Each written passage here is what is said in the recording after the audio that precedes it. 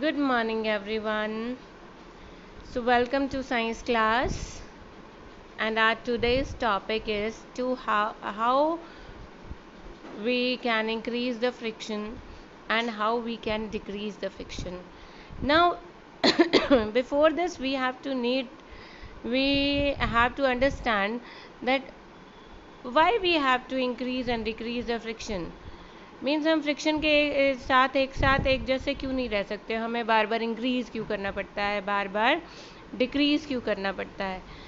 So as we have learn before, friction एक ऐसी चीज़ है, means it is the opposing force what we are doing. जहाँ पे भी हम मोशन लगा रहे हैं, जहाँ पे भी हम कोई भी एक्शन कर रहे हैं, उसका ऑपोजिट फोर्स जो लग रहा है फ्रिक्शन. तो कभी कभी तो हमें कुछ ऐसी एक्टिविटीज़ करनी होती हैं जिसमें हमें फ्रिक्शन की हेल्प करानी होती है. Yes, you have to oppose us. ठीक है कि आप जो हम मोशन लगा रहे हैं उसको अपोज ही करो तभी कोई काम होगा. और कुछ एक्टिविटीज़ ऐसी होती हैं दैट जिसमें हमें हमारी ऑपोजिशन नहीं लगती सही, कि हमें लगता है कि हम जो काम कर रहे हैं वो अकॉर्डिंगली होता रहे. ठीक है, फॉर एग्ज़ाम्पल जैसे हम बात करते हैं, अभी आपके अकॉर्डिंग बात करते हैं. ठीक है, अगर यू आर प्लेइंग समथिंग जिसके ऊपर आपको स्केट करना है, जैसे आप स्केट्स चला रहे हो. ठीक है, अब स्केट्स चला रहे हो तो स्केट्स के लिए अगर वो स्केट्स फ्लैट होते, क्या आप स्केट कर सकते थे? मीन्स कभी कभी कुछ सर्फेसेस ऐसे होते हैं जिस पे आप सॉक्स के साथ स्केट कर सकते हो, क्या वो वैसे ही आप शूज़ के साथ स्केट कर सकते हो? And you want to skate. ठीक है, आइस स्केटिंग कर रहे हो तो आइस स्केटिंग में उसमें आपको अगर मान लो कि आइस बहुत रफ होती तो क्या उसके ऊपर आप स्केटिंग कर सकते? क्या इस तरीके से कर सकते? नहीं. तो उस टाइम हमें लग रहा है कि हम किस तरीके से फ्रिक्शन को रिड्यूस करें.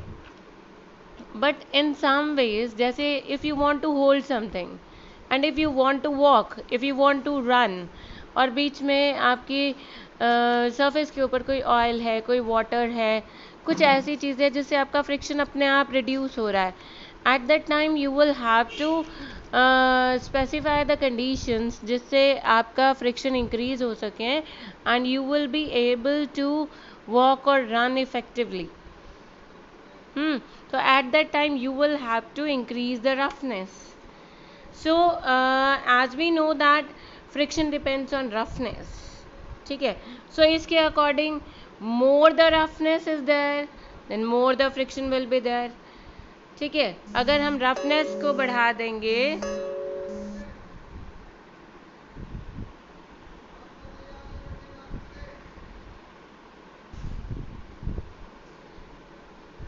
sorry for the disturbance. Now, so when you will increase the roughness, friction will also increase. ठीक है, सो अगर हम कह रहे हैं how to increase friction, friction को इंक्रीज कैसे करें? Simple, you have to increase the roughness.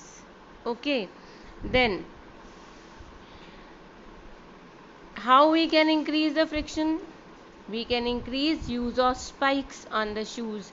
Shoes के ऊपर spikes, specially for runners, specially for athletes and walking on ice, while walking on ice. Okay, then use of chalk powder or coarse substance means rough substances on the hands by gymnasts and especially for kabaddi players, because kabaddi players को hold करना होता है. ठीक है, दूसरे को hold करना होता है, उसके लिए उसको रफनेस चाहिए. Then treads on tyres of vehicles को रोड पे चलना है, रोड रफ है तो उसको विदाउट स्किडिंग चलने के लिए ट्रीड्स बनाने होते हैं व्हीकल्स पे. और व्हीकल्स के ट्रीड्स जब डैमेज हो जाते हैं तो उस टाइम लगता है कि फ्रिक्शन कम हो गया, और उस टाइम बहुत संभल के चलना पड़ता है, ब्रेक्स भी अच्छे से अप्लाई नहीं होती हैं एंड बहुत ज़्यादा चांसेस बढ़ जाते हैं कि एक्सीडेंट हो सकता है. ठीक है, सो हमें टायर्स जो होते हैं, व्हील्स जो होते हैं व्हीकल्स के, उनको हमें चेक करवाते रहना चाहिए. ठीक है बच्चे, then see these are the spikes on the shoes. अब ये जो स्पाइक्स हैं, ये स्पाइक्स देखो एक तरीके से इरेगुलरिटी फॉर्म कर रहे हैं ना, माउंटेन्स एंड वैलीज बना रहे हैं, these mountains and valleys get interlocked with the mountains and valleys of the other surface, जिस वजह से एक ग्रिप बन जाती है बहुत अच्छे से। और ग्रिप बनने से क्या होता है कि एथलीट्स, रनर्स जिनके लिए एक एक सेकंड बहुत इम्पॉर्टेंट है, उनका टाइम वेस्ट नहीं होता। और वो जैसे हम जैसे चलते भागते हुए कभी कभी स्किड कर जाते हैं, गिर जाते हैं, तो ऐसा उनके साथ कभी नहीं होता, because they are having practice of this. Then see the treads in the wheels of the vehicles. अब ये देखो, ये जो ट्रीड्स हैं इसमें क्या है, now these are also form the irregularities, कहीं से नीचे कहीं से ऊपर। सो ये जो रोड की जो इरेगुलरिटीज़ होते हैं उनके साथ इंटरलॉक हो जाते हैं, जिसकी वजह से फ्रिक्शन बढ़ जाता है और ये स्किड होने से बच जाते हैं। अब ये देखो बीच में ये रबड़ के कुछ पॉइंट्स बने हुए हैं, these are the tread wear indicators. Tread मतलब यही जो ट्रेड्स बनी हुई हैं, और वियर मतलब जो उनकी टूट फूट, उनके अंदर कितने वो कितनी सही है कितनी नहीं है, wear and tear word use करते हैं ना, this is that. Now indicators means they show that the wheels we are using in the vehicles are fine or not, or they want to be replaced. So इस चीज़ को देखते हुए हमें wheels को check कराना पड़ता है और चेंज कराना पड़ता है। Then if we talk about kabaddi players, see the in kabaddi player one player have to hold the other, और दूसरे को उस होल्ड में से निकलना है, बचना है। सो देखो ये चॉक पाउडर या सैंड, ये तो वो प्लेयर यूज़ करता है जिसको दूसरे को पकड़ना है, ठीक है, ताकि इरेगुलरिटी हो, इंटरलॉकिंग हो, फ्रिक्शन बढ़े और वो दूसरे को पकड़ सके, अच्छे से उसकी बॉडी को पकड़ सके। और जो दूसरा प्लेयर होता है जिसको दूसरे के हाथ से बाहर निकल कर अपनी टीम में वापस पहुंचना होता है, ठीक है, उसको वो अपनी बॉडी पे क्या अप्लाई करता है, एक लुब्रिकेंट अप्लाई करता है, लाइक ऑयल। वो ऑयल इसलिए अप्लाई करता है कि मैं उसके हाथ में आऊँ तो फिसल जाऊँ, और वो मैं मतलब किसी की पकड़ में ना हूँ, इजीली प्लेयर्स के हाथ से फिसल सकूँ। सो दोनों प्लेयर्स का अपना अपना काम है, जिसको होल्ड करना है वो तो रफनेस बढ़ा रहा है, और जिसको होल्ड से निकलना है वो रफनेस कम कर रहा है, लुब्रिकेंट ऐड कर रहा है। नाउ व्हाट इज़ लुब्रिकेंट, आज ही अभी इसी लेक्चर में आगे पढ़ेंगे, ठीक है। So I hope that kabaddi players का समझ में आ गया that why they use chalk powder and sand on their hands, and it is very important question according to the board exams. Then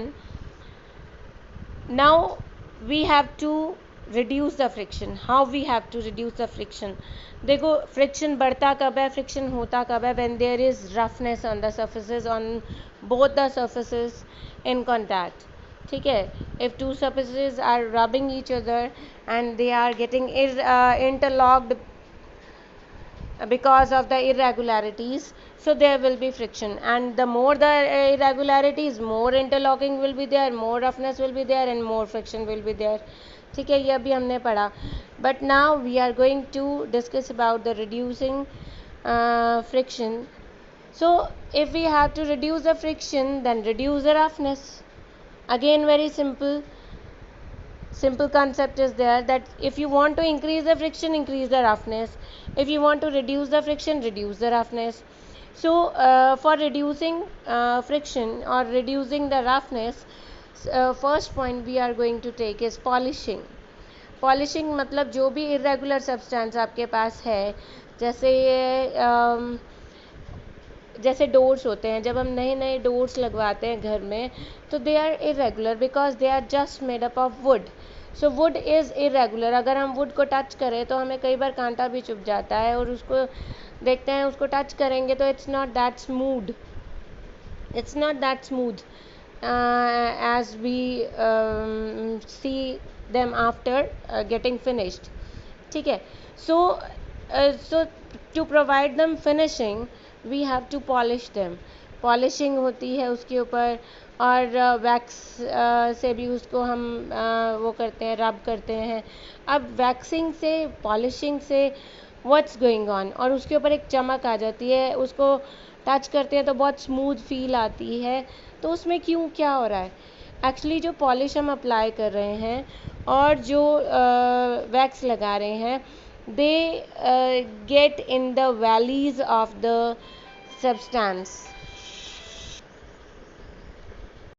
सो जैसे ही हम पॉलिश करते हैं, जो पॉलिश और जो वैक्स होती है वो जो उसके माउंटेन्स और वैलीज़ हैं, उस वैलीज़ के अंदर और माउंटेन्स को मतलब इस तरीके से कवर करती है कि वो दोनों सरफेसेस के बीच में एक लेयर बना लेती है कि ऊपर वाला सरफेस नीचे वाले सरफेस को टच ही नहीं कर पाता है। इट्स मीन्स दूसरा सरफेस सिर्फ लुब्रिकेंट को टच कर पा रहा है। अब लुब्रिकेंट को टच कर पा रहा है क्यों, क्योंकि उसके अंदर जो वैलीज़ हैं वो भी लुब्रिकेंट से भर गई हैं, और जो माउंटेन्स जो ऊबड़ खाबड़ जो भी दिख रहा था उसके अंदर वैक्स की एक लेयर बन गई है और वो एक प्लेन सरफेस बन गया है, स्मूथ सरफेस बन गया है। ठीक है, so that is the polishing. And same is the work of lubricant also, lubrication also. ठीक है, so second point is lubrication.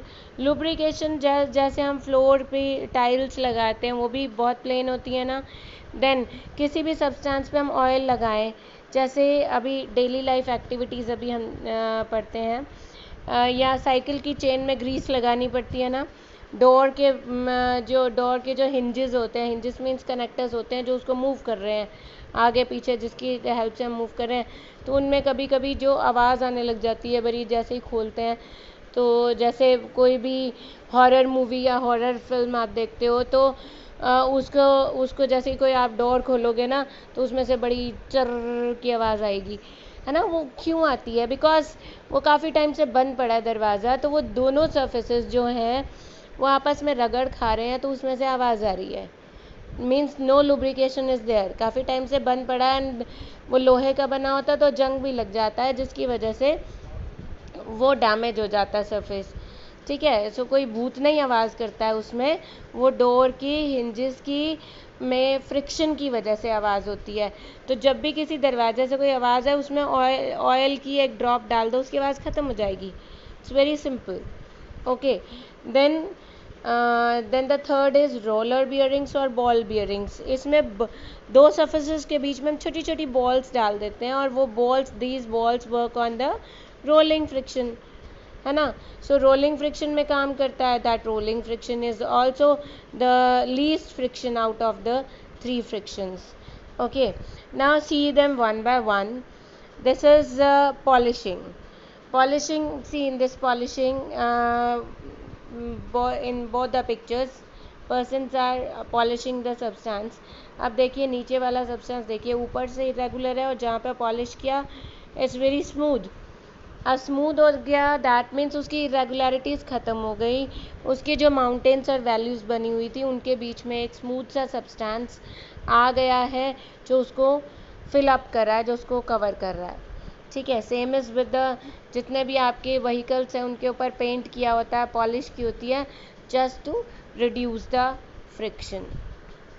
Then see the lubricants.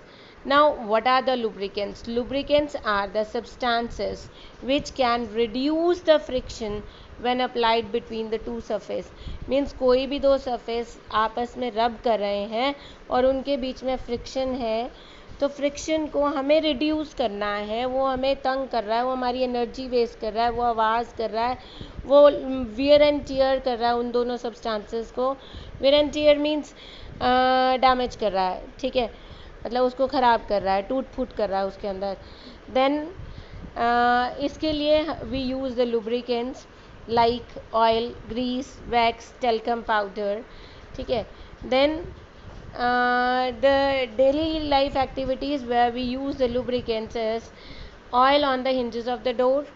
Door की हिंजेस में से जब आवाज़ आती है, मैं फिर बता रही हूँ, उनमें कोई भूत नहीं होता है जब आवाज़ आती है, that is just the friction is there, that friction दो सरफेसेस आपस में रब कर रहे हैं एक दूसरे को और बीच में बहुत ज़्यादा रफनेस आ गई है जिसकी वजह से आवाज़ आती है।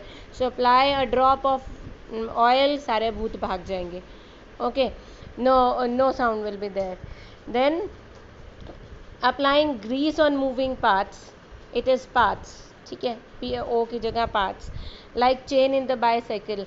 हमें हमारी बाईसाइकिल, जब हम भी आजकल सभी बच्चे साइकिलिंग करते हैं, ठीक है, सो साइकिलिंग करते हुए हमें कई बार बहुत फोर्स लगाना पड़ता है साइकिलिंग करते हुए, पैडलिंग करते हुए।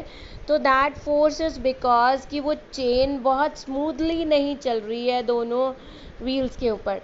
अब वो जो दोनों व्हील्स होते हैं, दो छोटे व्हील्स जो चेन्स के अंदर होते हैं, मैं उनकी बात कर रही हूँ, ठीक है, तो रोलर्स कहेंगे या तो, ठीक है, उनके ऊपर जो चेन चल रही है वो स्मूथली नहीं वर्क कर रही है।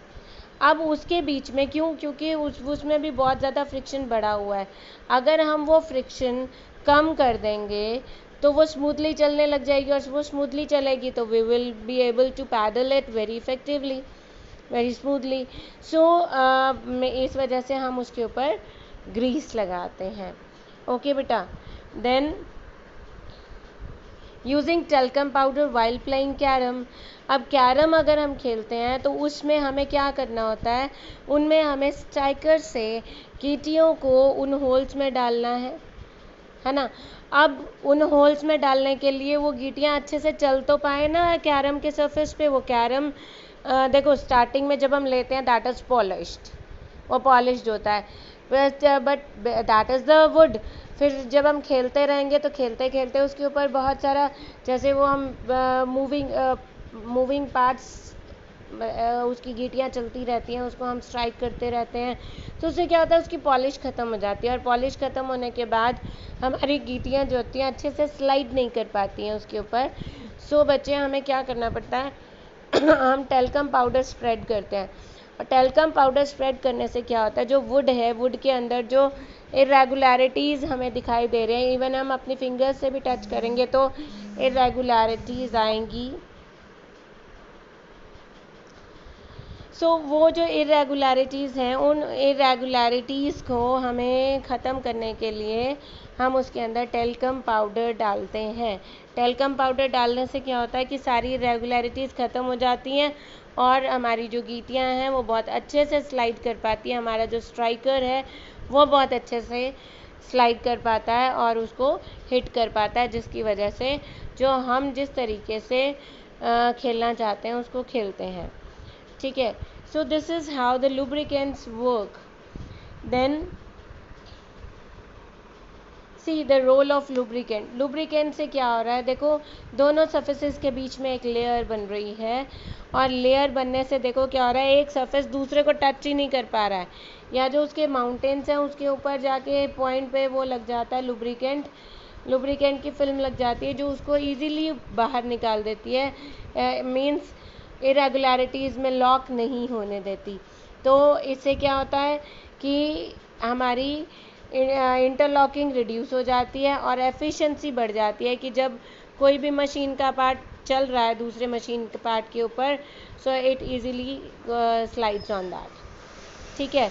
देखो अभी इसमें सेकेंड पिक्चर में देखिए, the peaks and valleys share the load equally, दोनों बहुत अच्छे से भर गई हैं। तो अब ये कुछ भी नहीं है कि कोई उसके एक सरफेस दूसरे सरफेस के अंदर जाके फंस जाएगा। अब वो लुब्रिकेंट्स के साथ वर्कआउट कर रही हैं, then they will be able to slide over other very easily. Okay, then see here by, या तो पॉलिश कर दो उसको सरफेस को, या फिर हम टेल्कम पाउडर डाल दें, तो उससे क्या होगा, फ्रिक्शन ख़त्म हो जाएगा, ठीक है बच्चे। ना देखो अब ये जो मशीन के मूविंग पार्ट्स हैं, देखो दोनों मेटल्स के हैं, तो इसमें कितनी ज़्यादा अगर फ्रिक्शन प्रोड्यूस हुआ तो कितनी हीट प्रोड्यूस होएगी, और हीट प्रोड्यूस होने से मशीन पार्ट्स, इनके ऊपर रबर्स भी चढ़ी हुई होती हैं, तो वो तो बिल्कुल ही ख़त्म हो जाती हैं, पिघल जाती हैं या टूट जाती हैं, कट जाती हैं। सो इस वजह से हम उनके पार्ट्स के बीच में ऑयल लगाते हैं, ताकि ये दोनों के बीच में ये दोनों आपस में टच ही ना कर पाए, और जिस वजह से हीट प्रोड्यूस ना हो फ्रिक्शन के कारण। देन सो होता क्या है, हमें करना क्यों है, why we have to reduce the friction, या why we have to use the lubricants, या इसको हम कह सकते हैं these are the advantages of lubricants. So this is less wear and tear. If we use lubricants, then there will be less wear and tear in machine parts, and less energy wastage और less fuel wastage will be there. हमने बताया था ना कि हमें बहुत सारी energy और बहुत सारा फ्यूल तो हमें यूज़ करना पड़ता है फ्रिक्शन को ओवरकम करने के लिए. तो अगर फ्रिक्शन ही कम आएगा तो एनर्जी वेस्ट कम होगी, एनर्जी वेस्ट कम होगी तो हमारा फ्यूल भी यूज़ कम होगा. ठीक है. And on the whole it increases the efficiency of machines. Efficiency means capacity of working, machines की काम करने की क्षमता. ठीक है. सो अगर मशीन्स में वियर एंड टीयर कम हो रहा है, एनर्जी वेस्टेज कम हो रही है, हीट कम प्रोड्यूस हो रही है, तो ऑब्वियसली मशीन काम अच्छे से करेगी, ख़राब नहीं होगी जल्दी से. देन बच्चे टाइप्स ऑफ लुब्रिकेंट्स अभी हम देख चुके हैं. That's why I am taking it after that topic. हमने देखा कि हमने मशीन पार्ट्स में डाले ऑयल्स, दीज आर लिक्विड्स. फिर हमने देखा कि हमने बाइसाइकिल में डाला grease, that is the semi solid और सेमी लिक्विड कह सकते हो आप. देन कैरम के ऊपर हमने डाला talcum powder. Now one more lubricant is there, that is air cushion. अब एयर कुशंस का यूज़ होते हैं बच्चे. It's also very important question, how air reduces friction. ठीक है. सो इसको हम how we can use air for reducing friction. So इसमें भी हमें देखना पड़ेगा. देखो एयर कुशंस में क्या होता है, जो जैसे आपके बाइसाइकिल के अंदर भी टायर्स होते हैं, व्हील्स होते हैं, गाड़ी के, बाइक के, सभी के उनके अंदर एयर भरी हुई होती है ना. वो भी कुशंस का काम करती है, जिसकी वजह से फ्रिक्शन कम लगता है. अब देखो कंप्रेस एंड कंप्रेस एयर को कंप्रेस करके उसके अंदर भर देते हैं. And purified air provides N elastic it provides an elastic cushion between the moving parts. दो मूविंग पार्ट्स के बीच में इलास्टिक कुशन की तरह काम करता है, जिसकी वजह से वो मूविंग पार्ट्स इजीली चल सकते हैं. Then it helps in preventing dust and dirt from collecting on the moving parts like hovercraft. अब ये एडवांटेज है एयर का, एयर यूज़ करने का. कैसे? देखो आप ग्रीस लगाओगे, आप ऑयल लगाओगे, दोनों ही डस्ट पकड़ते हैं, क्योंकि कोई भी मिट्टी, कोई भी डर्ट, कुछ भी होगा वो उसके साथ आके चिपक जाएगा. ठीक है. सो डर्ट एंड डस्ट एयर पे तो चिपक नहीं सकते ना. अब जब वो एयर पे नहीं चिपक सकते देन क्या होता है, उस मूविंग पार्ट्स के साथ वो मूविंग पार्ट्स इजीली चलते रहते हैं. And it helps in, therefore we can say that air cushions help in preventing dust and dirt from collecting on moving parts. अब ये यूज़ कहाँ होता है? It is use in hovercraft. This is the hovercraft. इस पे I hope some of you have enjoyed this also. Okay, अगर इसको enjoy नहीं किया होगा तो आपने जो आपके जैसे वाटर पार्क होता है या कुछ ऐसे आप जाते हो, ट्रिप पे जाते हो, तो स्पेशली वहाँ पे अम्यूजिंग पार्क्स जो होते हैं उनमें जो कार आप चलाते हो, वो कार में जो कार होती है ना जिससे हम टक्कर मारते हैं, जो इलेक्ट्रिक कार्स होती हैं जो ऊपर एक इलेक्ट्रिक स्पार्क से चलती हैं, वो उनमें भी होवरक्राफ्ट होता है. ये पानी पे चलने वाला होवरक्राफ्ट है. इसमें देखो नीचे एयर कुशन, एयर भरी हुई है इस सब्सटेंस में, सरफेस में. ठीक है. सो एयर बनने से वो क्या होता है कि जितना ज़्यादा स्प्रेड हो सकता है वो सब्सटेंस स्प्रेड हो जाता है, क्योंकि वो रबर या प्लास्टिक ही होता है एक तरीके का. सो रबर या प्लास्टिक वो इतना ज़्यादा अगर फूल जाएगा, जैसे रबर बैलून फूलता है, ठीक है, तो वो एक तरीके से स्मूथ हो जाएगा और वो दूसरे सरफेस के ऊपर इजीली वर्कआउट कर पाएगा and there will be very less friction. ठीक है बच्चे. So this is the important topic of hovercraft that is there in your book on the page number 98. So do you know में hovercraft की definition दी हुई है that hovercraft is a vehicle which can travel on both land and water without much friction. It moves on a cushion of air provided by powerful pump से उसमें air भरी जाती है. ठीक है.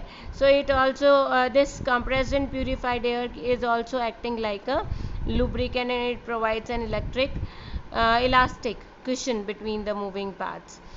और इलास्टिक क्वेश्चन बन जाता है, so it reduces friction also. ठीक है बच्चे. So this was the hovercraft topic. This ACV is also air question vehicles. ठीक है, this is one type of that. Okay बेटा. Then we are coming to ball bearings. Ball bearings में rollers होते हैं, दो सर्फेसेस के बीच में balls होती हैं, बहुत छोटी छोटी मेटल की बनी हुई. ठीक है, वो मूव करती हैं, वो मूव कर रही हैं. वो मूव कैसे कर रही है? वो रोल कर रही हैं, जस्ट अपनी प्लेस पे खड़ी खड़ी वो रोल कर रही हैं. तो रोल करने से क्या होता है? That rolling friction is smaller than the sliding friction. That rolling friction is smaller than the sliding friction. इस वजह से हम उसको डायरेक्ट दो सर्फेसेस को स्लाइड नहीं करवा रहे हैं, हम उनके बीच में रोलर्स लगा देते हैं जिससे रोल करते हैं. तो दो सर्फेसेस आपस में रब डायरेक्टली नहीं कर रहे हैं, रोलर्स के थ्रू रब कर रहे हैं. तो ये हमने रोलिंग फ्रिक्शन के नीचे देखा था ना, उन बुक्स के नीचे हमने पेंसिल्स रखी थी, वो कितना इजीली चलने लग गया था, हमारा बिल्कुल फोर्स ही नहीं लग रहा था. Same is the case hair. So friction बहुत कम लगेगा. ठीक है. ये भी ये आपके बहुत सारे मूविंग पार्ट्स में, व्हीकल्स में, मशीन्स में काम आते हैं बॉल बियरिंग्स, जहाँ पे भी हमें एक सरफेस को दूसरे सरफेस के ऊपर चलाना है. ठीक है. Shafts of motors, dynamos, axles of vehicles, इन सभी में काम आता है ये. सो स्लाइडिंग हमने क्या किया हुआ है इसको, बॉल बियरिंग्स का सिंपल फंडा, simple base, simple concept is that here we have replaced sliding by rolling. Okay, so this is the function of ball bearings. See, these are ball bearings. देखो एक नीचे वाला फंक्शन सरफेस है, उसके बीच में एक सरफेस है जिसके अंदर बॉल्स अटैच है, और वो इतनी इस तरीके से अटैच है कि वो बीड्स की तरह घूम सकती हैं, जैसे माला में मोती पिरोए होते हैं वैसे ही. ठीक है. सो अलग अलग तरीके की बॉल बियरिंग्स आती हैं. देखो इसमें ऑल्टरनेटिवली दो लगी हुई हैं, एक इधर, एक राइट, एक लेफ्ट, एक राइट, एक लेफ्ट, थर्ड पिक्चर में. ठीक है. और इसमें फर्स्ट पिक्चर में एक एक सिंगल लगी हुई है. अब सेकंड आप देख रहे हो कि एक थोड़े थोड़े डिस्टेंस के बाद लगी हुई है. So these are the ball bearings. नीचे वाले सरफेस को, नीचे वाली ये रिंग जो है, इसको ऑन द होल हमें इसके ऊपर क्या कराना है? स्लाइड कराना है. तो these are done by these balls. Okay. Then these are the areas where these ball bearings are being used. ठीक है. ये व्हीकल्स की एक्सल्स में, moving parts of the aeroplanes, then dynamos, generators, they are also moving ना. So here the rolling friction is being used.